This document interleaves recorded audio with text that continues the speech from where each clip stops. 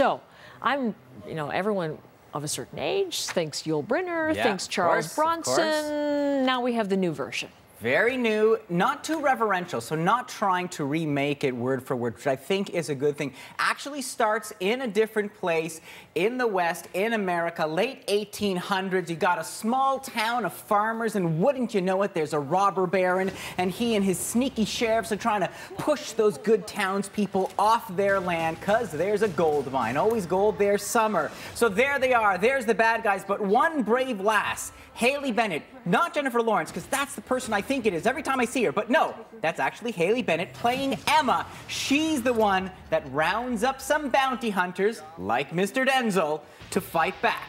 Take a look. Man carries a gun, he tends to use it. Dan, you dead? Pity. I had just ordered a drink from that man. Took a job looking for some men to join me. Is it difficult? Impossible. All right, so there you go. You get a sense the style is a little different than the original. Denzel Washington as the implacable man in black, Sam Chisholm. And for balance sake, we got Chris Pratt as the kind of joker, gunslinger, Faraday, and then the posse grows and grows and grows.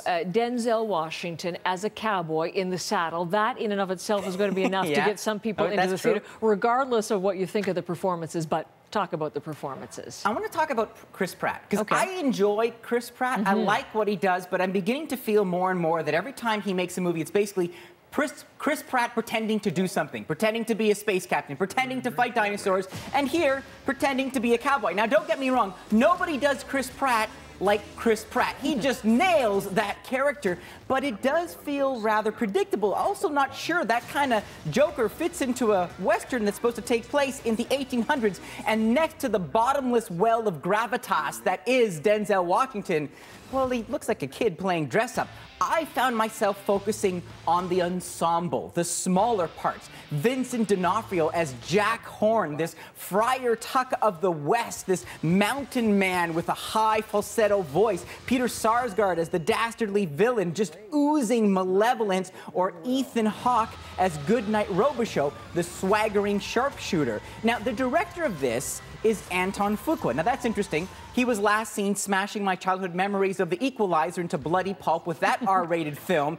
He's doing something different here. And what's interesting is that he's given his actors, especially supporting characters, I think, room to really build and embellish their characters. So there you see Ethan Hawke. We talked to Ethan Hawke about what it's like when a director gives you that much rope. And he told us it's actually a bit of a two-sided thing. Take a look. He's always asking us to contribute to make things left of center.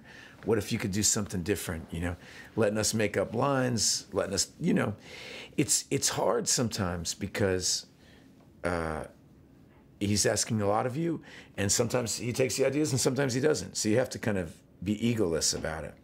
There you go. Sometimes you have an idea and he says, no, thank you, Mr. Hawke. But I really liked what Hawke did there. He comes off at the beginning as kind of a generic killer, but then you see he's torn, he's haunted. There's those kind of little twists that made those smaller performances worth it. In the end, the Meh-nificent Seven is more like the Meh-nificent Seven. It lacks the grit of classic Westerns. A little too clean, a little too pretty, and at times the elements, the music, the slapdash towns feel like a pastiche. Denzel Washington is so unstoppable, so resolute, he just almost floats above the earth. That said, as the film builds to its inevitable conclusion, you see the barrels spinning there, lots of guns a-blazing. That alone is worth the price of admission, so 3 out of 5 for Meh-nificent Seven. Does anyone slide any sarsaparilla down the bar?